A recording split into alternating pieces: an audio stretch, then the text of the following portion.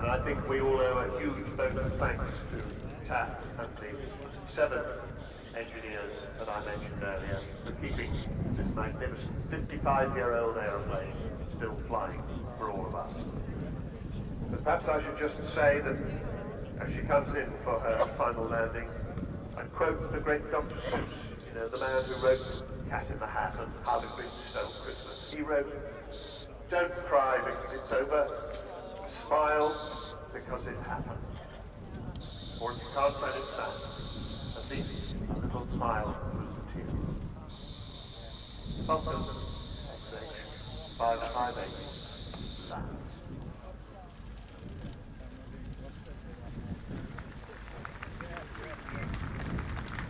Well, thank you very much indeed, Sean, for taking us through that absolutely marvellous description and commemoration. Can't believe it's the last time you'll see this at Fairford. It's a marvellous sight. But coming up, yet more excitement. The action continues throughout the next half an hour, and we hope you are ready for it. Because it is time, ladies and gentlemen, boys and girls, for the Red Arrows, and please welcome squadron leader Mike Lynch.